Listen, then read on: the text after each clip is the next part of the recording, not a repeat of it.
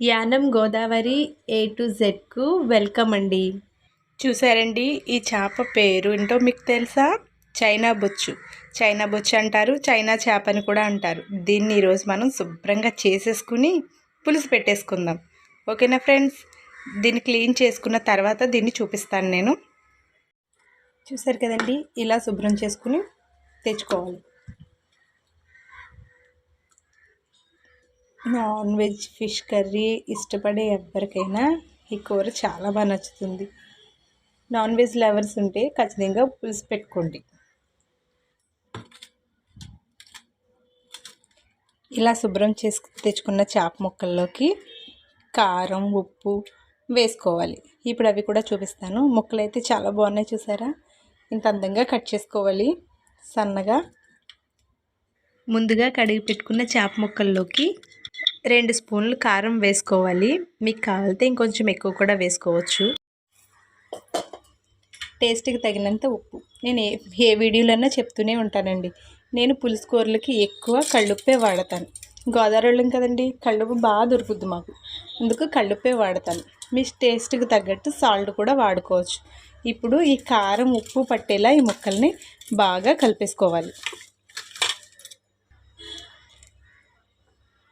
ఇలా కారం అంతా పట్టించేసి ఇప్పుడు దీన్ని పక్కన పెట్టుకోవాలి. మనకి మిగతా ఇంగ్రీడియంట్స్ తీసుకునే లోపు ఈ చేప ముక్కలకి ఈ ఉప్పు కారం బాగా పడుతుంది. ఇది పక్కన పెట్టేసుకుందాం. ఒక గిన్నె తీసుకొని పులుసుకు సరిపడా చింతపండు, మన చైనా బొచ్చు చేపకి పులుసుకు సరిపడా చింతపండుని తీసుకుని ముందుగానే నానబెట్టుకుని పక్కన పెట్టుకోవాలి. ఇలా ముందుగా నానబెట్టుకోవడం వల్ల చేపల్లోకి పులుసు బాగా దిగుతుంది అన్నమాట. మనం ఇలా చేసినప్పుడు ఇదంతా మెత్తగా నానిపోయి పులుసు బాగా వస్తుంది మనకి. అందుకని ఇలా చేసుకుని ముందుగానే పక్కన పెట్టుకోవాలి. అలాగే సన్నగా తరిగి పెట్టుకున్న ఒక ఉల్లిపాయ, 3 పచ్చిమిరపకాయలు కట్ చేసి పెట్టుకోవాలి. ప్రతి పులుసు కూరకి ఒక ఉల్లిపాయ, 3 పచ్చిమిరపకాయలు, కొద్దిగా చింతపండు ఇది కామన్ అండి. కానీ వండే విధానమే మారుతుంది తప్ప కట్ చేసే ఉల్లిపాయ, వేసే పచ్చిమిరపకాయలు అయితే అన్నీ ఉంటాయి. ఇప్పుడు మనం చైనా బొచ్చు ఎలా వండుకోవాలో చూద్దాం. ముందుగా స్టవ్ ఆన్ చేసుకుని ప్యాన్ పెట్టుకుని కూరకి సరిపడా నూనె వేసుకుందాం.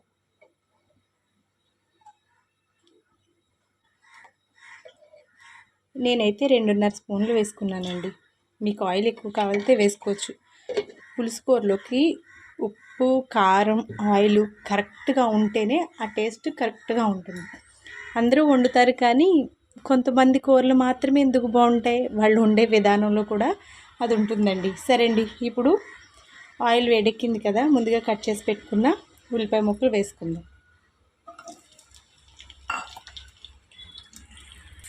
అయితే ఈ ఉల్లిపాయలు ఫ్రైకి వేగినంతగా వేగకర్లేదు, అలా కొంచెం మగ్గితే సరిపోద్ది. దీంట్లోకి మనం కడిగి పెట్టుకున్న ఉప్పు, కారం అన్నీ కలిపి పెట్టుకున్న చేప ముక్కలను వేసేసుకుందాం. చేప ముక్కలు వేసిన తర్వాత మనం గరిటె పెట్టి కలుపుకోకూడదు.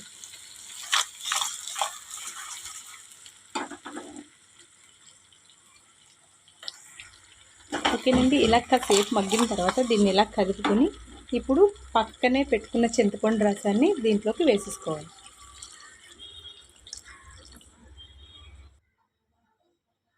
ఓకేనండి, నాకు ఆ ప్యాన్ సరిపోదు అనిపించింది, అందుకే నేను వేరే దాంట్లోకి షిఫ్ట్ చేసుకున్నాను.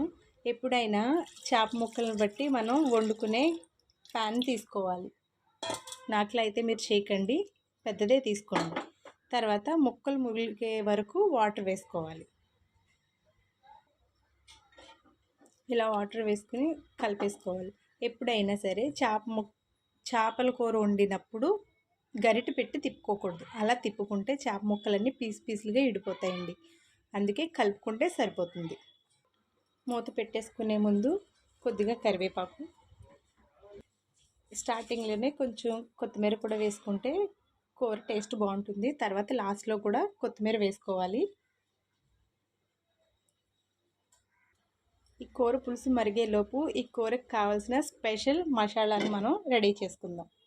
1 స్పూన్ జీలకర్ర, 1/2 స్పూన్ గసగసాలు, 2 స్పూన్లు ధనియాలు. స్పెషల్ మసాలా అని ఎందుకు అన్నానంటే చేపల కూరలోకి మెంతులు వేసుకోవాలండి. ఇలా మెంతులు వేసుకోవడం వల్ల కూరకి మంచి టేస్ట్ వస్తుంది. కొద్దిగా వెల్లుల్లిపాయలు, కొంచెం అల్లం ముక్కండి. వేసామా లేదా అన్నట్టు కొంచెం వేస్తే సరిపోద్ది. ఎందుకంటే ఇగురు కూరకైతే అల్లం వెల్లుల్లి ఎక్కువ వాడుకోవాలి, కానీ పులుసు కూరకైతే కొంచెం వేసుకుంటే సరిపోతుంది. ముందుగా కట్ చేసి పెట్టుకున్న 3 ఉల్లిపాయలు ఇలా కట్ చేసుకుని వేసుకోవాలి. ఇప్పుడు మసాలా పట్టుకుందాం. మూత తీసుకుని చూసారు ఉడుకుతూ ఉందండి. స్టార్టింగ్లోనే మసాలా వేసేసుకోకూడదు. ఇలా సగం ఉడికింది అని మనకు అనిపిస్తుంది, బాయిల్ అవుతూ ఉంటుంది. అప్పుడు మనం ముందుగా రెడీ చేసి పెట్టుకున్న చేపల కూర మసాలాని వేసేసుకుందాం. కొంచెం సరిపోద్దండి, ఇగురు కూరలా ఎక్కువ వేసేసుకుంటే టేస్ట్ పాడైపోద్ది. కొద్దిగా వేసుకుని సరిపోద్ది. దీన్ని ఒక్కసారి మళ్ళీ కలిపేసుకోవాలి. ఇలా కలుపుకుని చేప తలకాయ పెద్దదైపోయింది కదండి, ఇది సగం ఉడుకుంటుంది. దీన్ని అటువైపు తిప్పుదాం. ఇప్పుడు ఫ్లేమ్ని కొంచెం ఫాస్ట్లో పెట్టుకుని మూత పెట్టేసుకోవాలి. ఇలా ఒక 10 నిమిషాల పాటు ఉడికిందాం.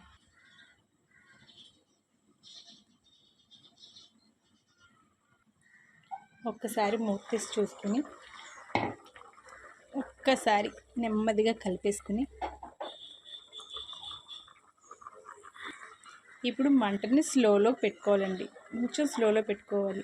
సగం కూర ఉడికిన తర్వాత మనం స్లోలో పెట్టుకుంటే టేస్ట్ బాగుంటుంది. నెమ్మదిగా ఉడికితే చేప ముక్కలు ఉడికిపోతాయి, అన్నీ ఉడికిపోయి చాలా బాగుంటుందండి. స్లో పెట్టుకోవాలి. ఒక్కసారి అయితే చూసేసుకుందాం. కూర దగ్గర పడిపోయిందండి, ఇంక దింపేసుకునే టైం వచ్చింది. ఇందులో కొంచెం కొత్తిమీర వేసేసుకుని ఒక్క సెకండ్ పాటు మూత పెట్టుకుందాం. కూర అయితే ఉడికిపోయిందండి. ఇంకా వేడివేడి అన్నంలో వేసుకుని తినేయడమే ఆలస్యం. సరేనా? చూడండి, వేరే దాంట్లోకి తీసుకుని మీకు క్లియర్గా చూపిస్తాను. స్టవ్ ఆఫ్ చేసేసుకుని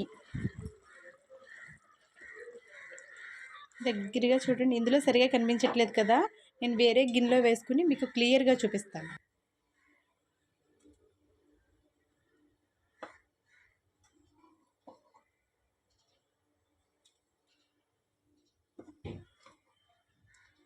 ఇంత జాగ్రత్తగా ఎందుకు వేసుకు చూపిస్తున్నాను అంటే, ప్రతి కూర ఇలా ఎందుకు వేసి చూపిస్తున్నానంటే, చేపల కూరని అన్నిటిలోకి ఇందులో వేసుకుని పెట్టుకోకూడదండి. మనం వండుకున్న దాంట్లోంచే వడ్డించుకొని తినేయాలి. అప్పుడైతేనే బాగుంటుంది. చూపించడం కోసమే ఇలా వేస్తున్నానండి. ముక్కలు ఇరిగిపోతాయి.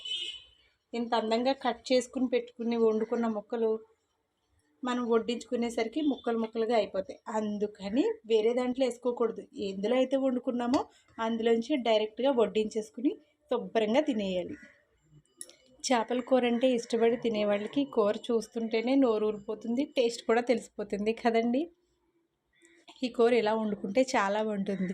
ఎంతో టేస్టీ చేపల కూర వండేసుకున్నాం ఫ్రెండ్స్. ఈ కూర మీరు కూడా ట్రై చేసి ఎలా ఉందో నాకు కామెంట్ సెక్షన్లో కామెంట్ చేయండి. అలాగే లైక్ చేసుకోండి. ఇప్పటి వరకు నా ఛానల్ సబ్స్క్రైబ్ చేసుకున్నట్టయితే సబ్స్క్రైబ్ చేసుకోండి. Thank you for watching friends.